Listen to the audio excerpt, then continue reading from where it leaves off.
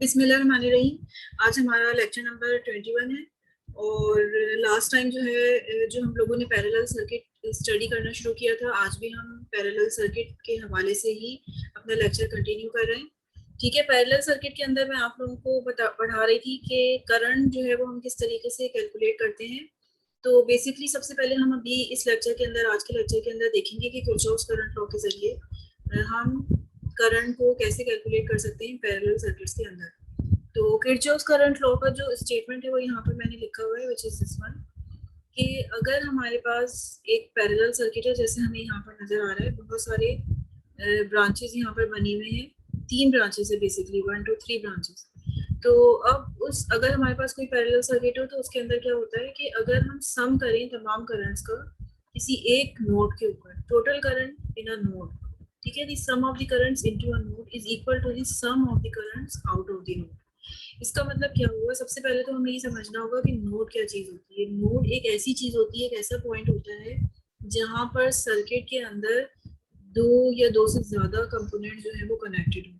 जैसे हम इस पॉइंट के ऊपर देख सकते हैं कि इस पॉइंट में जो है वो हमारा जो नोड है वो कौन सा वाला है।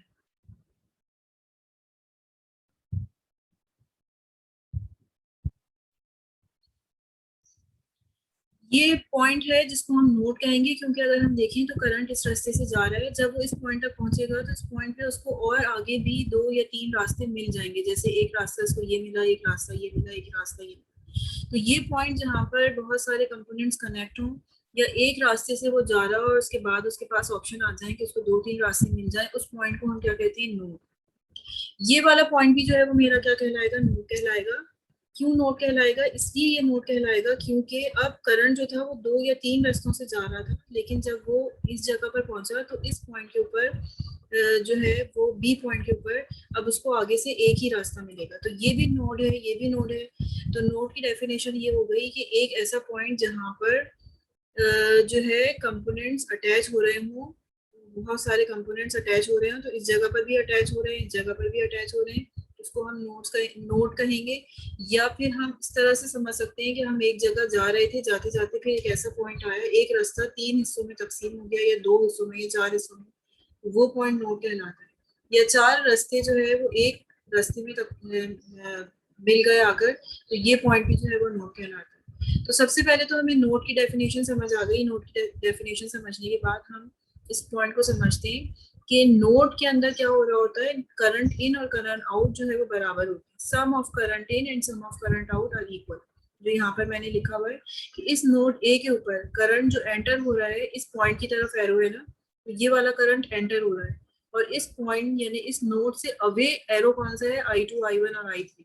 तो ये लीव कर रहे हैं, इस पॉइंट से ये लीव कर रहे हैं। तो इस नोड के ऊपर करंट जो एंटर हो रहा है वो आई टोटल है। तो आई टोटल एक तरफ लिखेंगे, हम उसको लिखेंगे करंट इन या एंट्रिंग करंट। और उसके बाद जो है हम लिखेंगे कि आउट आउट करंट आउट कौन सा है या लीविंग करंट कौन सा है, वो होगा I1 plus I2 plus I3। तो basically this is the basic law of basic law which is known as Kirchhoff's current law. ठीक है, इसको हम KCL कहते हैं, और इसका स्टेटमेंट यही है कि किसी पैरेलल सर्किट के अंदर नोड्स के ऊपर करंट एंटर बराबर होता है जो कि करंट लीव कर रहा होता है उसके। ठीक है, मेरा ख्याल है स्टेटमेंट समझ आ गया होगा आप लोगों को। नेक्स्ट में आगे चलती हूँ, इसकी एग्जांपल देख लेते हैं। ये मेरे पास एक पैरेलल सर्किट है, एग्जांपल 6.5 है। इसमें हमारे पास ये एक सर्किट गिवन है और ये पैरेलल सर्किट है जिसमें ये R1 R2 और R3 जो है वो पैरेलल गिवन है। अच्छा, टोटल करंट जो है वो हमें मालूम है, विच इज 100 मिली एम्पियर्स। और इसके अंदर हम लोगों से इन्होंने कहा हुआ है कि I1 भी हमें आपको बता दिया है 30 मिली एम्पियर, और I3 भी बता दिया। I2 की वैल्यू जो है वो हमें फाइंड आउट करनी है कि I2 की वैल्यू क्या है। और इसके लिए जो है ना वो हमें KCL ही यूज करना है, किरचॉफ्स करंट लॉ, उससे हमें मालूम करने के लिए कहा हुआ है। तो सबसे पहले हम ये वाला पॉइंट सपोज कर लेंगे और इसको हम कहेंगे कि ये नोड है हमारा A। नोड A के ऊपर जो करंट एंटर हो रहा होगा, entering current is equal to current leaving. तो एंट्रिंग करंट इसके अंदर कौन सा है? I total. और इसके अंदर लीविंग करंट कौन सा है? I1 plus I2 plus I3। तो इसमें हमें जो है वो I टोटल मालूम है, I1 की वैल्यू मालूम है, I2 यहाँ से हम डिटरमाइन कर सकते हैं क्योंकि हमें I3 भी मालूम है। I2 जो है वो हम यहाँ से सॉल्व करके निकालते हैं। अच्छा, उसके बाद एग्जाम्पल 6.4 है, ये आप लोगों की बुक की। इसमें कह रहे हैं कि ये जो करंट है, ये सर्किट आपको दिया हुआ है, this is the parallel circuit. ये पॉइंट ए नोड है, ये पॉइंट बी नोड है, दोनों के ऊपर आपको करंट मालूम करना है, टोटल करंट। तो इसको किस तरीके से सॉल्व करेंगे? सबसे पहले नोड ए के लिए सॉल्व कर लेते हैं।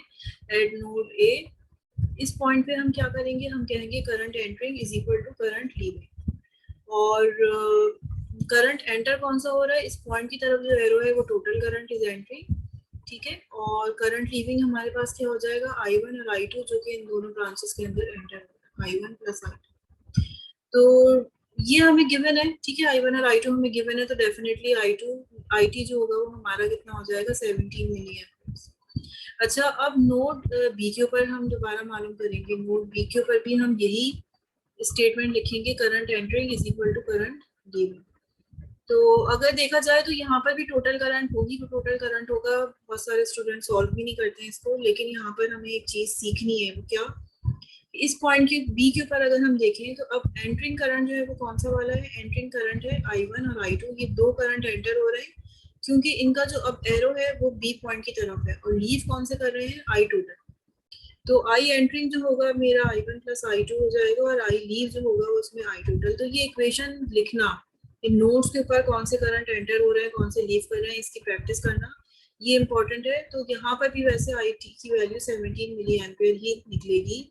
सिर्फ फर्क ये है कि एंटरिंग करंट जो था वो टोटल करंट था नोड ए पे, और अब जो है नोड बी के ऊपर लीविंग करंट टोटल करंट है। तो ये इक्वेशन आपको लिखनी पड़ेगी, सीखनी पड़ेगी। अच्छा, इसकी एग्जांपल 6.6 है, पेज नंबर 187 पे। बहुत आसान सी एग्जांपल्स हैं, इसको जरूर सॉल्व कर लीजिएगा।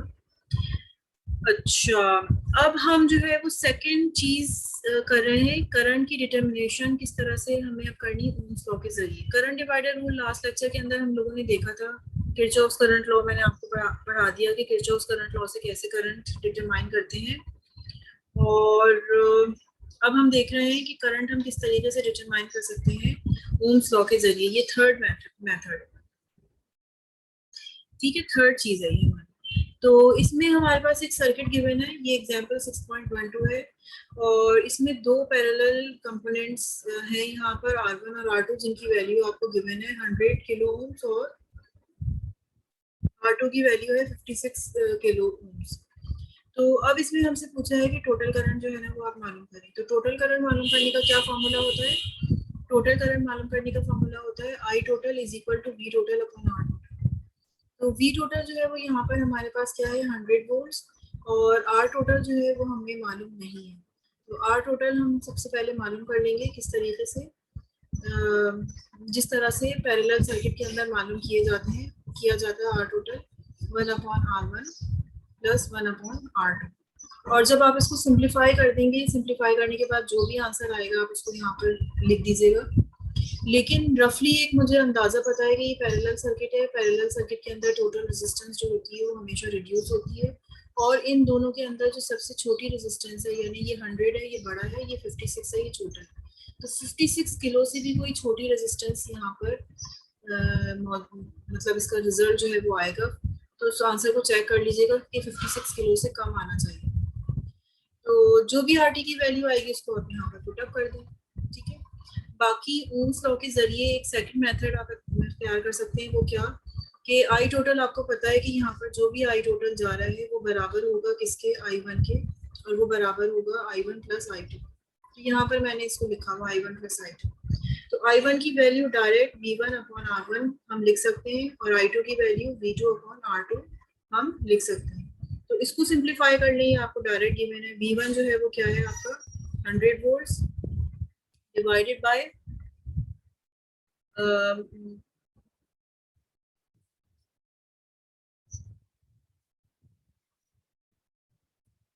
100 किलो, ठीक है, प्लस V2 की वैल्यू जो है वो भी 100 ही होगी, क्योंकि पैरेलल कंपोनेंट्स के अंदर हमारे पास वोल्टेज जो होता है वो सेम होता है, और R2 की वैल्यू हम यहाँ पर 56 किलो रख देंगे, और फिर इसको सिंप्लीफाई करके टोटल करंट की वैल्यू डिटरमाइन कर लेंगे। तो ये अप्रोच भी बिल्कुल ठीक है, और ये अप्रोच भी बिल्कुल ठीक है।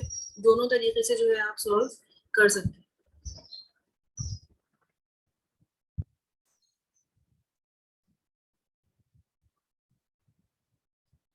तो अब जो है वो मैंने आप लोगों को पैरेलल सर्किट के अंदर ये तीनों तरीके से किस तरह से करंट मालूम करते हैं वो तीनों चीजें मैंने आपको बता दी हैं।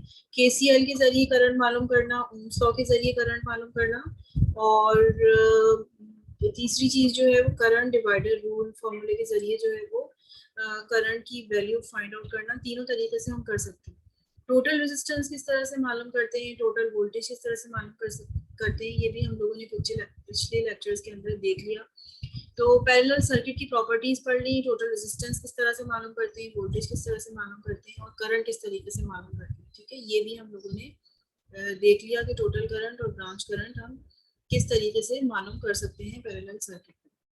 अच्छा, ये प्रॉब्लम जो है वो आप लोग अटेंड करिएगा। ओम्स लॉ के जरिए किस तरह से हम करंट फाइंड आउट कर सकते हैं। एग्जाम्पल 6.14 है पेज नंबर 195 पे, और उसके अलावा इसकी चेकअप प्रॉब्लम है 1 to 5 पेज नंबर 197, और केसीएल की प्रॉब्लम है प्रॉब्लम नंबर 9, 10, 11 पेज नंबर 221 पे, और ओम्स लॉ के प्रॉब्लम अगेन प्रॉब्लम्स है। ये तो एग्जाम्पल और चेकअप प्रॉब्लम्स थी ना, ये प्रॉब्लम है। ये है 24 से 31 पेज, प्रॉब्लम नंबर 24 से 31 पेज नंबर 222 से 223। तो ये जरूर अटेम्प्ट कर लीजिएगा।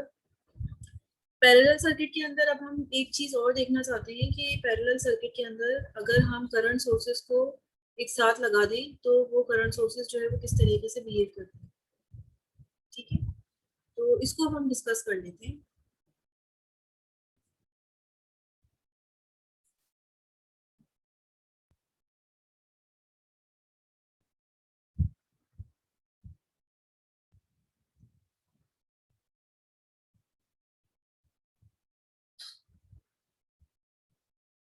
अच्छा, यहाँ पर आपको नजर आ रहा होगा, यहाँ पर मैंने ये सिंबल्स बनाए हुए करंट सोर्सेज की। शुरू ही लेक्चर्स में मैंने आपको बताया था कि वोल्टेज सोर्सेज को हम पावर सप्लाई कहते हैं, उसका सिंबल ये होता है, और करंट सोर्सेज को हम इस तरह से शो करते हैं। ठीक है, गोल से सर्कल बना के डीसी करंट सोर्स, ये डीसी वोल्टेज सोर्स है, इसको पावर सप्लाई भी कहते हैं, डायरेक्ट करंट सोर्स भी होते हैं। ठीक है, डायरेक्ट वोल्टेज सोर्स भी होते हैं। तो इस तरीके से शो किया जाता है। तो अब यहाँ पर एक सर्किट है जिसके अंदर हमने काफी सारे करंट सोर्सेस लगाए हैं जिनको हमने पैरेलल लगाया। अच्छा, इससे पहले कि मैं इस टॉपिक को डिस्कस करूँ, एक चीज जो है ना वो आपको मैं रिकॉल करवाना चाहती हूँ कि हम ये जो सोर्सेज यूज कर रहे हैं, करंट सोर्स या वोल्टेज सोर्स, इनका पर्पस क्या होता है। ठीक है, करंट सोर्स का या वोल्टेज सोर्स का, और फिर उसके बाद हम ये देखेंगे कि हम इसको किस तरीके से कनेक्ट करते हैं। अच्छा अच्छा, वोल्टेज सोर्स का जो पर्पस होता है वो किसी भी दो पॉइंट्स के दरमियान वोल्टेज को मेंटेन करना। अब जैसे मैंने एक पावर सप्लाई लगाई है, और ये मेरे पास एक रेजिस्टर हो गया, दो रेजिस्टर हो गया, तीन रेजिस्टर हो गए इधर। ठीक है, या एक सूरत ये भी हो सकती है कि मेरे पास सिर्फ और सिर्फ एक ही रेजिस्टर। अब ये दो पॉइंट्स हैं, ए बी पॉइंट्स। अब क्या हो सकता है कि अगर मेरे पास जो है वो 10 वोल्ट्स की सप्लाई है, और रेजिस्टर्स मेरे पास लगे हुए हैं different different, R1, R2, R3 series में मैंने लगाए हुए। तो अब क्या होगा कि जो है इस पॉइंट के ऊपर वोल्टेज अगर मैं मेजर करूंगी तो इस सप्लाई का काम ये है कि इन दोनों टर्मिनल्स के ऊपर वोल्टेज जो है वो मेरा 10 वोल्ट्स ही वो मेंटेन करे। अगर मैं रेजिस्टेंस की वैल्यू, अब मैं R2 और R3 को अगर रिमूव कर दूं, सिर्फ मेरे पास R1 रखा रह जाए, स्टिल अगर मैं वोल्टेज मेजर करूं पॉइंट ए और पॉइंट बी के दरमियान, तो मेरा वोल्ट आएगा 10 वोल्ट्स। तो पावर सप्लाई का काम क्या होता है कि दो टर्मिनल्स के अक्रॉस, ये जो दो टर्मिनल्स हैं इसके अक्रॉस वो वोल्टेज को मेंटेन रखे, चाहे रेजिस्टर्स की वैल्यू कुछ भी हो, चाहे रेजिस्टेंस कम हो चाहे रेजिस्टेंस ज्यादा हो, वोल्टेज को मेंटेन करे। अच्छा, उसके अलावा हमने ये प्रॉपर्टी पढ़ी थी कि अगर हमारे पास दो कंपोनेंट्स जो हैं वो पैरेलल में लगे हों, तो उनका जो वोल्टेज होता है वो वोल्टेज क्या होता है, वो होता है सेम। अगर ये 10 वोल्ट्स है तो ये यहाँ पर भी 10 वोल्ट्स होगा, और ये यहाँ पर भी 10 वोल्ट्स वोल्टेज ड्रॉप है। तो एक प्रॉपर्टी हमें ये बात याद है। तो अच्छा, अब क्या होता है कि अगर हम पावर सप्लाई को, यानी वोल्टेज सोर्स को, एक और वोल्टेज सोर्स यहाँ पर लगाने की कोशिश करें विच इज दी 15 वोल्ट्स। तो अब हमें कंफ्यूजन हो जाएगी कि अच्छा भाई ये पावर सप्लाई का काम एक तो ये होता है कि वो वोल्टेज को मेंटेन करे अक्रॉस टू एंड्स, तो ठीक है यहाँ पर हमने 10 वोल्ट पहले लगाया हुआ था, तो 10 वोल्ट दोनों जगह वो मेंटेन कर रहा था। लेकिन जो दूसरी लॉ हमने पढ़ी है वो हमने ये पढ़ी है कि पैरेलल ही वोल्टेजेस जो होते हैं वो सारे के सारे सेम होते हैं। तो अब अगर हम यहाँ पर 15 वोल्ट्स लगा देंगे तो फिर हम किसकी बात सुने, इसकी बात सुने या इसकी बात सुने?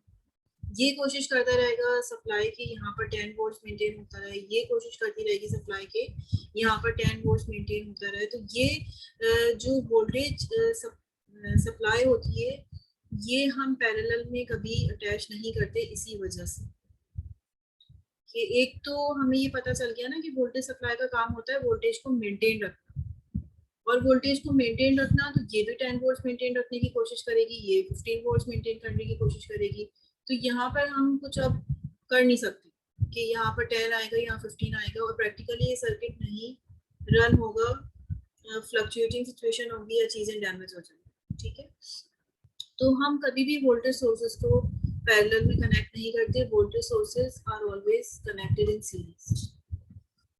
तो जब मैंने आप लोगों को सीरीज सर्किट पढ़ाया था तो उसके अंदर मैंने आप लोगों को बताया था कि हम जो है वो वोल्टेज सोर्सेज को सीरीज के अंदर लगा सकते हैं, लेकिन हम पैरेलल में कभी नहीं लगाते। बिल्कुल इसी तरीके से अब हम पढ़ रहे हैं करंट सोर्स के बारे में।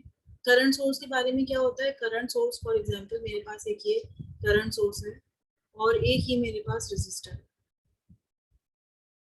एक नहीं 3 रेजिस्टर है, और वही सेम सर्किट मैं ले लेती हूँ। अब मेरे पास एक रेजिस्टर है, ठीक है, अभी यहाँ पर 3 रेजिस्टर्स मैंने लगा दिए और ये देखिए ये 2 एम्पियर की करंट सोर्स है।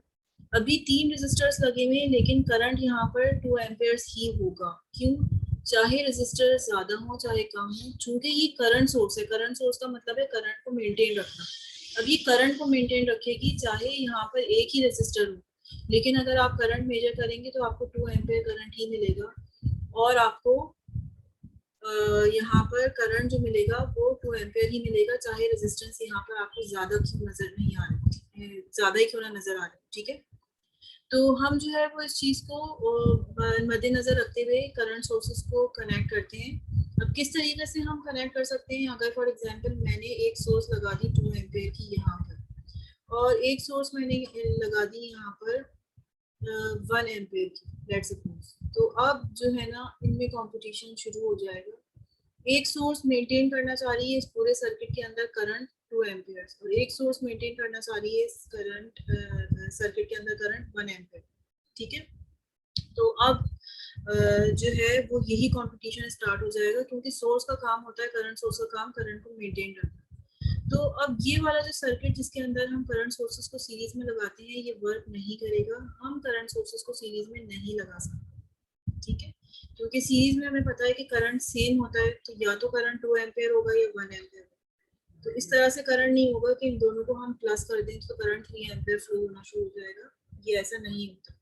इसका काम होता है सीरीज सर्किट के अंदर करंट सेम होता है, तो अगर हमने इसको सीरीज में लगाया हुआ है तो ये 2 एम्पियर को ही मेंटेन करेगा, ये 1 एम्पियर को ही ये सोर्स मेंटेन करेगा। ठीक है, तो इसका मतलब ये हुआ कि हम सीरीज सर्किट के अंदर करंट सोर्सेस को नहीं लगाते, बल्कि अगर हम चाहें तो हम करंट सोर्सेस को पैरेलल में लगा सकते हैं, दो करंट सोर्सेस को।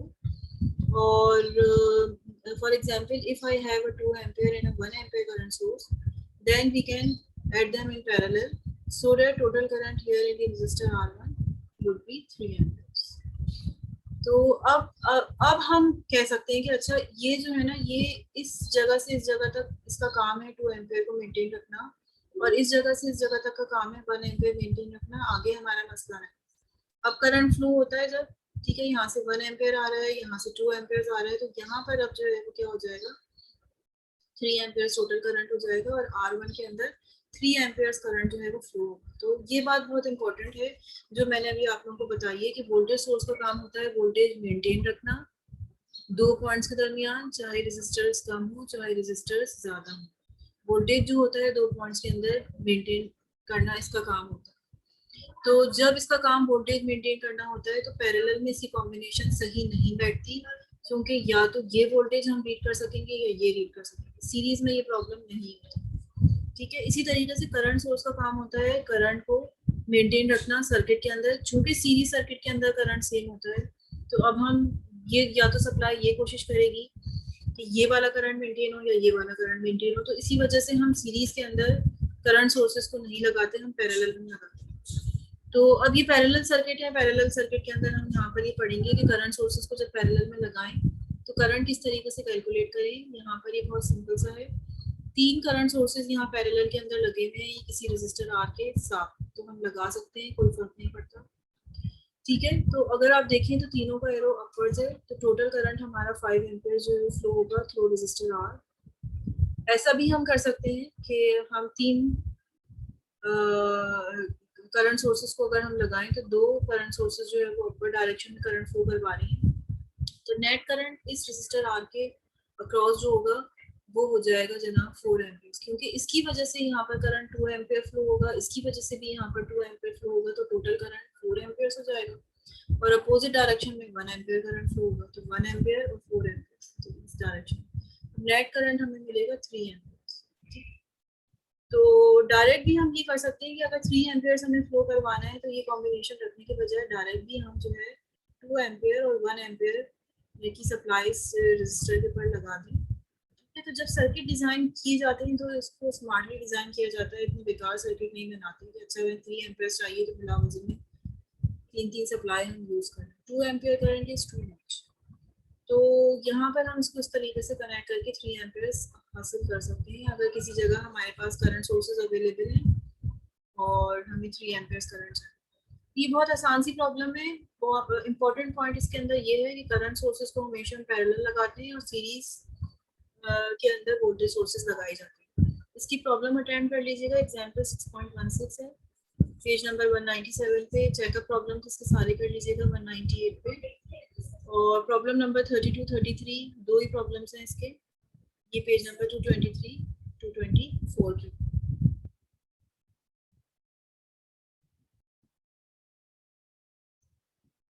अच्छा, एक चीज जो इसके अंदर मुझे बतानी है कि पावर को हम पैरेलल सर्किट के अंदर किस तरीके से कैलकुलेट करते हैं। तो सीरीज सर्किट हो चाहे पैरेलल सर्किट हो, दोनों के अंदर बेसिकली एक लॉ तो वैलिड होती है, which is the law of conservation of energy. ठीक है, तो यहाँ पर मैं लिख देती हूँ कि टोटल पावर या एनर्जी इन पैरेलल और series circuit obeys law of conservation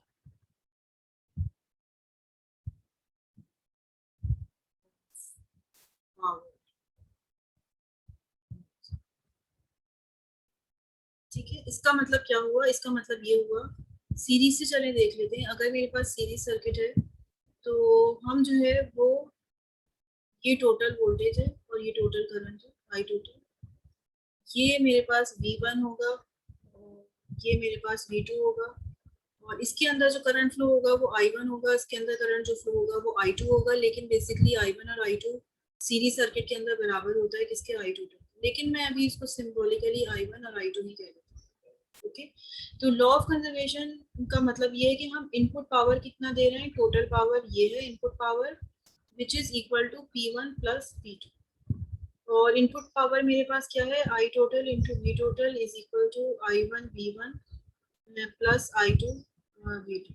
ठीक है, अच्छा अब मैं इसको थोड़ा सा सिंप्लीफाई करके लिख देती हूँ इस तरह से रेजिस्टेंस की फॉर्म में, क्योंकि इसके अंदर करंट तो सेम होता है ना, तो मैं इसको रेजिस्टेंस की फॉर्म के अंदर लिख देती हूँ। ये हो जाएगा I 1 square R1 plus I2 का स्क्वायर R। ठीक है, तो बेसिकली जो है मेरी पावर का जो टोटल पावर है वो किसके बराबर होगी, सम के बराबर होगी। जितनी पावर यहाँ पर कंज्यूम हो रही है और जितनी यहाँ R2 में कंज्यूम हो रही है, इन दोनों का सम बराबर होगा टोटल पावर के जो कि हम इनपुट में दे रहे हैं। तो सीरीज सर्किट के अंदर भी ऐसा ही होता है और पैरेलल सर्किट के अंदर भी ऐसा ही होता है। मिसाल के तौर पे मेरे पास अब 2 रेजिस्टर्स हैं, पैरेलल में लगे हुए हैं, तो ये इसका आई टोटल और वी टोटल होगा, और ये अगर R1 है और ये अगर R2 है तो इसके अक्रॉस V1 I1 होगा, ठीक है, I1, और इसके अक्रॉस V2 I2 होगा। वोल्टेजेस सेम होंगे, ठीक है, करंट डिफरेंट होगा पैरेलल सर्किट में। तो यहाँ पे भी पावर जो इनपुट हम दे रहे हैं, टोटल पावर बराबर होगी P1 प्लस P2। अच्छा, यहाँ पर IT VT हो जाएगा is equal to I1 V1 plus I2 V2। ये law of conservation of energy के अकॉर्डिंग हमने लिख लिया, law of conservation of power के अकॉर्डिंग। अच्छा, अब चूंकि इसमें वोल्टेजेस सेम है तो हम इसमें कर सकते हैं V1 square upon R plus V2 square upon R। तो क्योंकि यहाँ पे हमारे पास वोल्टेजेस सेम है, रेजिस्टेंस जो है वो क्या होंगे, डिफरेंट डिफरेंट होंगे। और इधर जो है हमारे पास करंट सेम है, सीरीज सर्किट के अंदर I1 I2 सेम है, R1 और R2 जो है। तो इसका मतलब ये हुआ कि सीरीज सर्किट के अंदर अगर हम देखें, अगर R1 की वैल्यू ज्यादा है, लेट्स सपोज, तो R1 की वैल्यू अगर ज्यादा है, तो अगर हमने इसको सीरीज में लगाया हुआ है R1 को R2 के साथ में, तो R1 में ज्यादा एनर्जी जो है वो डिसिपेट होगी if R1 is greater than R2, ठीक है, और वो सीरीज सर्किट है, तो सीरीज सर्किट के अंदर R1 में ज्यादा पावर डिसिपेट होगी, मोर पावर डिसिपेट्स, और R2 में जो है वो कम पावर डिसिपेट होगी क्योंकि R2 जो है वो लेस है, ठीक है। तो R2 इज लेस, तो power is directly proportional to R2। If R2 is less, यहाँ पर कम पावर डिसिपेट होगी, R1 में ज्यादा पावर डिसिपेट होगी, टोटल सम जो है वो कांस्टेंट ही रहेगा। लेकिन अगर हम यहाँ देखें, R1 की वैल्यू मैंने क्या कहा हुआ है, वही R1 है और R2 है, लेकिन अब R1 की वैल्यू मैंने कहा हुआ था कि ज्यादा है R2 से, तो अब ये देखें कि power is inversely proportional to R1। If power is inversely proportional to R1, अगर R1 ज्यादा है तो यहाँ पर कम पावर डिसिपेट होगी, ठीक है, क्योंकि R1 is inversely proportional and R2 is inversely proportional, और R2 अगर जो है वो ज्यादा कम है तो यहाँ पर ज्यादा पावर डिसिपेट होगी। तो अब इसका मतलब ये हुआ कि जो है अगर हम उन्हीं रेजिस्टर्स को पैरेलल में लगाएं तो ज्यादा वैल्यू का जो रेजिस्टर होता है उस पर कम पावर डिसिपेट होती है, और कम वैल्यू का जो रेजिस्टर होता है उस पर ज्यादा पावर डिसिपेट होती है। ये बात जो है ना वो हमें जहन में रखनी है। क्यों? इसलिए कि जो कम वैल्यू का जो रेजिस्टर होगा, इसकी रेजिस्टेंस कम होगी, करंट यहाँ से ज्यादा गुजरेगा, ज्यादा हीट एनर्जी यहाँ पर रिलीज होगी as compare to this. Parallel circuit है ना, तो अगर R1 की वैल्यू बहुत ज्यादा है तो यहाँ पर कम करंट गुजरेगा और यहाँ पर कम पावर डिसिपेट होगी। तो यही चीज जो है वो फॉर्मूले से भी हमें नजर आ रही है, लेकिन ओवरऑल जो टोटल पावर है वो सेम रहेगी। सीरीज सर्किट में अगर हमने इन दोनों को लगाया, इसमें ज्यादा पावर डिसिपेट हो रही थी, इसमें कम। पैरेलल में अगर हमने लगा दिया तो इसमें ज्यादा पावर डिसिपेट हो रही है और इसमें कम। लेकिन ओवरऑल जो समेशन ऑफ पावर है या टोटल पावर है वो सेम रहेगी, ठीक है। तो ये बिहेवियर होता है पावर का। यहाँ पर मोर पावर डिसिपेट होगी, इसको मैं पहले लिखता हूँ कि अगर हम कभी पावर निकालना चाहें किसी भी कंपोनेंट के अक्रॉस, तो जो हमने 3 फॉर्मूले 4 फॉर्मूले पढ़े हैं पावर के, उनसे हम कैलकुलेट करके उन्हीं फॉर्मूले से हम पावर कैलकुलेट करते हैं यहाँ पर भी। अगर हम पैरेलल में लगा हुआ है तो पैरेलल में भी अगर लगे हुए हैं तो वही फॉर्मूले यूज होंगे, सीरीज में लगे हुए हैं तो वही फॉर्मूले यूज होंगे। लेकिन सिर्फ एक लॉजिक जो है वो आपके जहन में रखनी है कि रेजिस्टर्स को जब आप सीरीज में लगाते हैं तो ज्यादा पावर उसके अक्रॉस डिसिपेट होती है जिस की रेजिस्टेंस ज्यादा हो, और अगर आप पैरेलल में लगाते हैं तो ज्यादा पावर उसके अक्रॉस डिसिपेट होती है जिसके अंदर जो है वो रेजिस्टेंस की वैल्यू कम हो, ठीक है। तो ये बात जो है वो आप ध्यान में रखिए।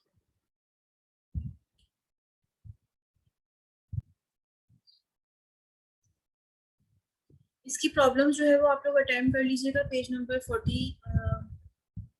प्रॉब्लम नंबर 40 से 42, पेज नंबर 225 तक। और यहाँ पर मैं अपना लेक्चर एंड कर रही हूँ, ठीक है। हाफिज।